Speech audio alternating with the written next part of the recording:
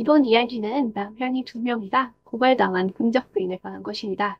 1차 일부제사회였던 영국에서 공작 부인에게 남편이 2명이라니 도대체 무슨 일이 있었던 것인지 알아보도록 할까요? 1721년 3월 8일에 한 여자아이가 태어났습니다. 아이의 아버지는 딸의 행진에 무척 기뻐했지만 그는 딸 엘리자베스가 5살 정도 되었을 때 세상을 떠났습니다. 죽기 직전에 아버지가 벌였던 투자가 폭삭 망하는 바람에 엘리자베스는 아주 가난해졌습니다.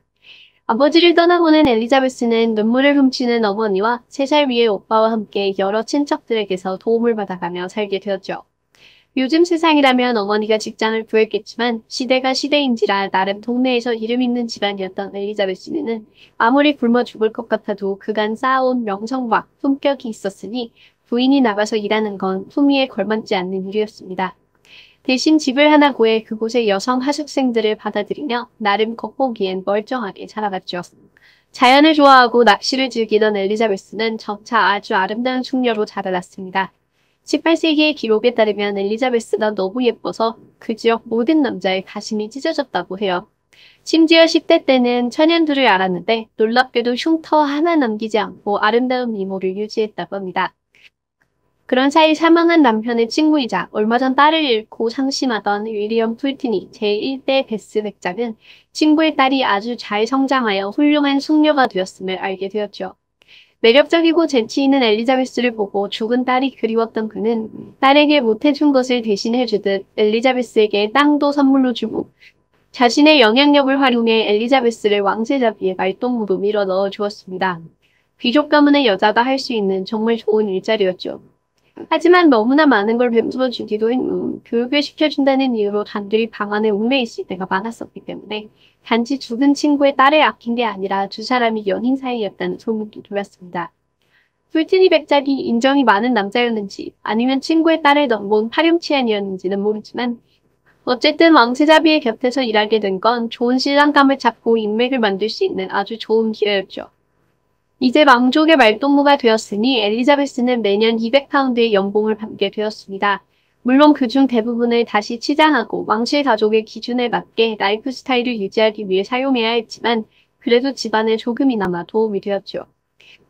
안 그래도 예쁘다고 소문이 자자했던 엘리자베스였는데다가 이제 왕세자비의 말동무를 있으면서 재치 있는 입담과 매력으로 남녀 불문 인기가 상승하니 엘리자베스를 보고 눈독 들이는 남자들이 줄을 서게 되었습니다. 그중 우리가 기억할 만한 이름으로는 제6대 해밀턴 공작인 제임스와 아우구스투스 존 할미스가 있습니다. 해밀턴 공작은 매우 부유하고 잘생겼다고 소문났던 남자로 엘리자베스에게 툭 빠져 있었습니다. 얼마 후 그랜드 투어를 떠난 제임스는 엘리자베스에게 청혼하고는 자기가 돌아올 때까지 기다려달라며 여행 중에 늘 그대를 그리고 편지하겠소라고 약속했습니다. 하지만 여행에 너무 푹 빠졌던 걸까요? 제임스는 엘리자베스에게 단 한 통의 편지를 쓰지 않았습니다. 한참 후 엘리자베스는 사실 이모가 제임스의 편지를 모두 숨겼다는 걸 알게 되지만 그건 먼 미래의 일이었습니다. 크게 상처받은 엘리자베스는 제임스를 잊기로 결심하고 새로운 사랑을 찾았습니다. 어차피 그녀에게 매달리는 남자는 차고 넘쳤으니까요.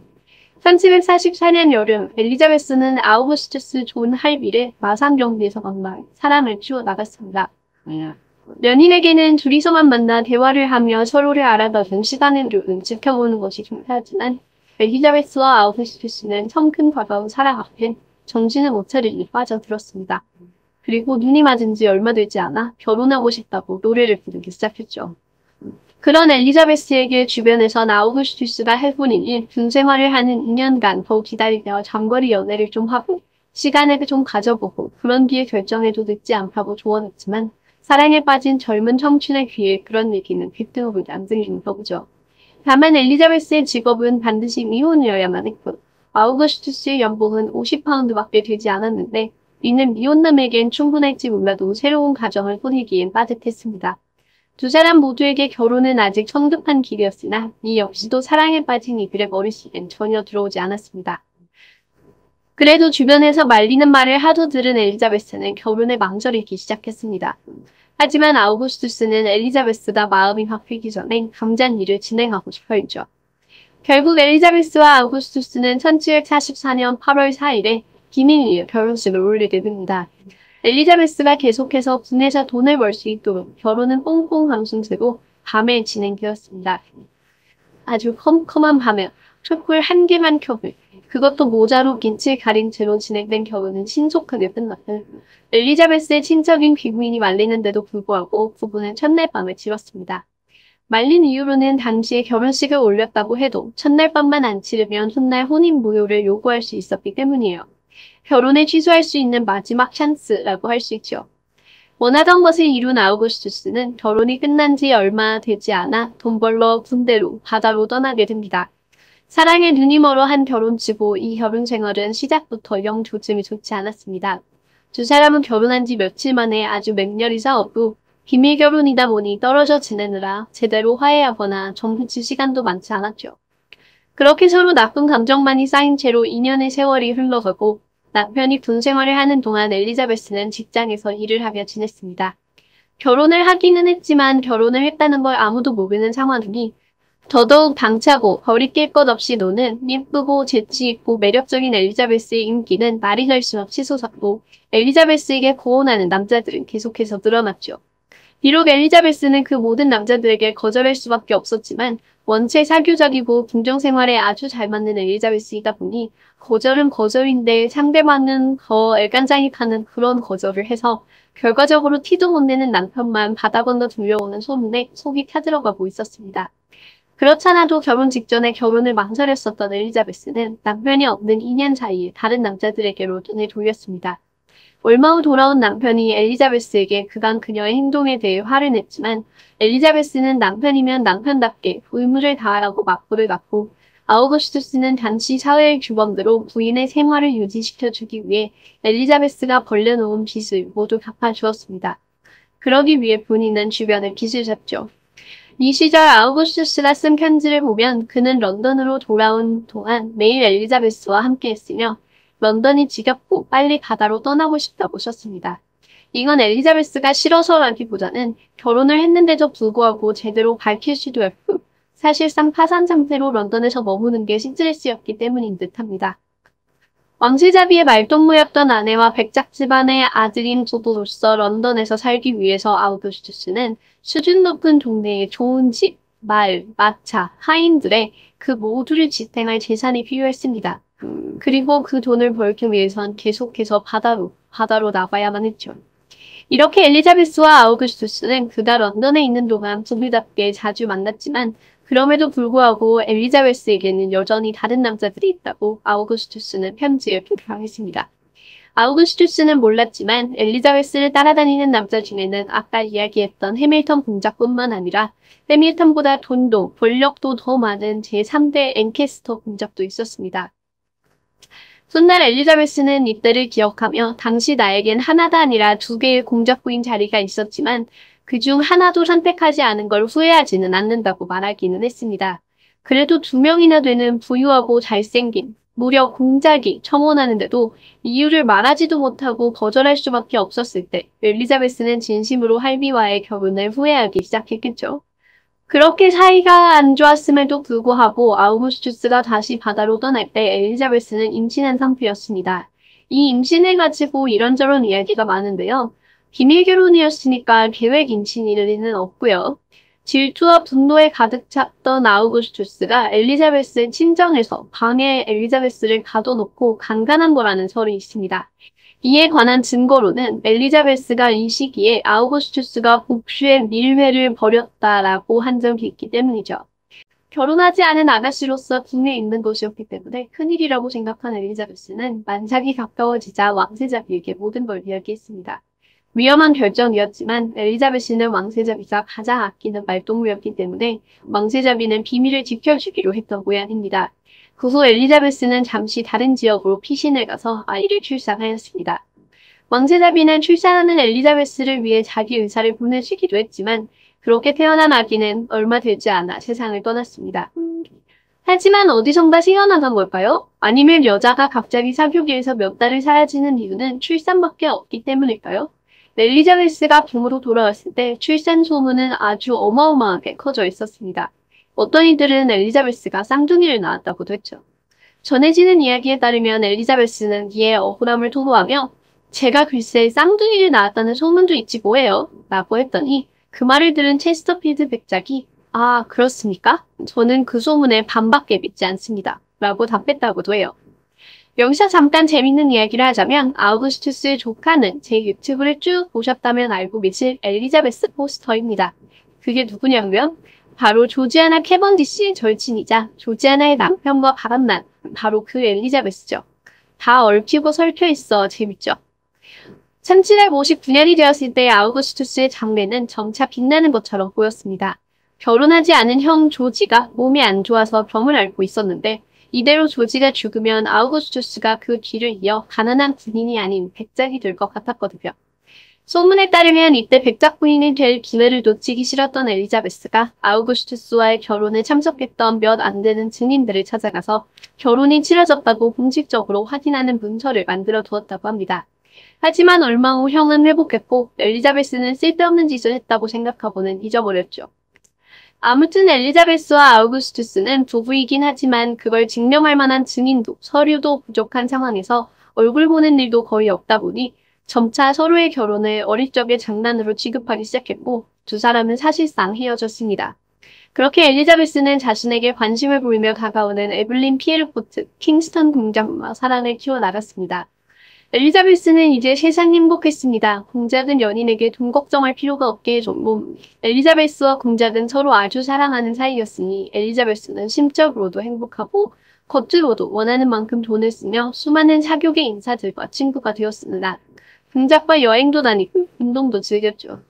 심지어 1764년에는 유럽 여행을 다니다가 프로이센의 프리드리히 2세의 연애에서 술에 잔뜩 취하기도 하고 마리아 안토니아 폰 웨스터라이히 여대분과 친구가 되기도 했습니다. 점점 대단한 사람들과 가까이 지내고 있죠. 그런 와중에 아우구스투스가 엘리자베스를 찾아오더니 다른 여자와 결혼하고 싶다며 엘리자베스에게 이혼하고 싶다고 얘기했습니다. 이 시절의 이혼은 신문에도 오르내릴 정도로 아주 공개적이고 비싼 행사였습니다. 아니 아무도 결혼한 걸 모르는데 굳이 이혼이랄러? 아우구스투스의 이런 생각을 알게 된 엘리자베스는 마음이 가득해졌습니다.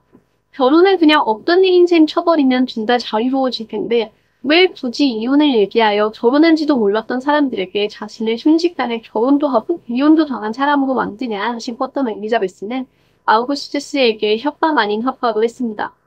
공개적으로 결혼 사실을 알리고 이혼하면 새 여친과 결혼할 수 있을지는 몰라도 엘리자베스의 16,000파운드나 되는 엄청난 빚도 갚아야 한다고 선고했죠. 아내의 빚을 갚는 건 남편의 의무였으니까요.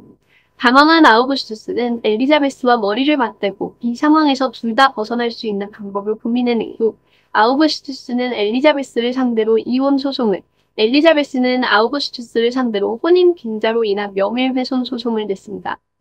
아우구스투스는 법정에 가서 결혼을 하기는 했었는데 서류가 어디 있는지 모르겠네요 라며 일부러 말도 안 되는 변호를 했고 법원은 결혼한 적이 없으니 이혼도 할 수 없다 라는 엘리자베스의 말에 손을 들어주었습니다. 그렇게 엘리자베스는 곧 자기가 정말로 사랑한 남자인 에블린 피에르포트 공작과 결혼할 수 있었습니다. 한동안 공작 부인이 된 엘리자베스는 무척 행복했습니다. 비록 사교계에서는 그녀가 중원죄를 저질렀다는 소문과 그녀가 공작을 휘두르고 있으며 순진한 공작은 밖에 나가 숨 한 번 쉬려 해도 엘리자베스의 허락을 받아야 한다는 좀 황당한 얘기까지 퍼져나가고 있었지만요. 예전에는 자기와 함께 어울리려고 그렇게 야단이었던 사람들이 이제는 초대장도 보내지 않았지만 엘리자베스는 사랑하는 사람과 조용히 지내는 데 만족한 듯했습니다.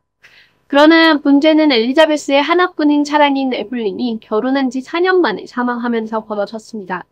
그는 죽기 전에 유서를 남겼는데 유서에 따르면 엘리자베스가 재혼하지 않는다는 조건 하에 공작의 모든 재산을 다 물려받으며 엘리자베스가 죽은 뒤에나 리도우 집안의 자기 둘째 외조카가 모두 물려받을 수 있다고 하였습니다.